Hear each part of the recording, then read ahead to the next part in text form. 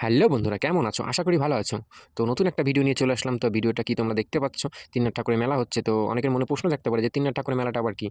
তো আমাদের গ্রাম বাংলায় এখনো প্রচলিত আছে যে কোনো গরুর যদি বাছুর হয়, সে বাছুরের বয়স যদি ২১ দিন হয়, ২১ দিন পরে ছোট বাচ্চা-কাচ্চাদের নাড়ু, মুড়ি, খই, দই খাওয়াতে হয়। না খাইয়ে সেই বাড়ির লোকে ওই গরুর দুধ খেতে পারবে না। তাই ছোট বাচ্চা-কাচ্চাদের নিয়ে একটা পুজো করা হয়। তো পুজোটা দেখতে সত্যিই খুব ভালো লাগে। তার কারণ হচ্ছে এই পুজোতে সুন্দর, সুন্দর গল্প বলে, সুন্দর, সুন্দর পাঁচালি পড়ে, সুন্দর, সুন্দর ছড়া বলে। বাচ্চা-কাচ্চারা যে নাড়ুমুড়ি আছে সেগুলো চুরি করে। তো দেখতে সত্যি খুব ভালো লাগে। তাই আমিও চলে আসলাম পুজোটা দেখার জন্য। তো এসে কি করব ভাবছিলাম, তো ভিডিওটা করলাম তোমাদের দেখানোর জন্য যে তোমাদের একটু দেখাই যে পুজোটা তোমাদের এদিকে হয় কিনা। জানি না আমি অবশ্য তোমাদের এদিকে হয় কিনা। কিন্তু আমাদের এখানে গ্রাম বাংলায় প্রচলিত আছে। এই পুজোটা করতে হয়। বাচ্চা-কাচ্চাদের খাওয়াতে হয়। আর এই পুজোটাতে কোনো ঠাকুরমশাই লাগে না। মানে কোনো ব্রাহ্মণ লাগে না। তার কারণ হচ্ছে গিয়ে এটা তিননাথ ঠাকুরের ধ্বনি আছে। ওই ধ্বনিটা দিলে পরেই পুজোটা হয়ে যায়।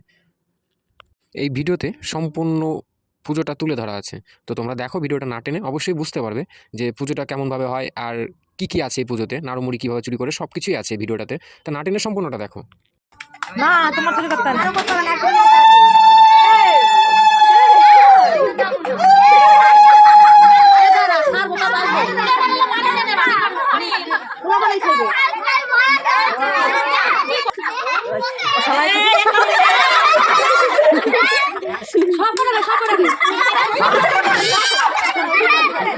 জল দেওয়ার ভয়েই আসে না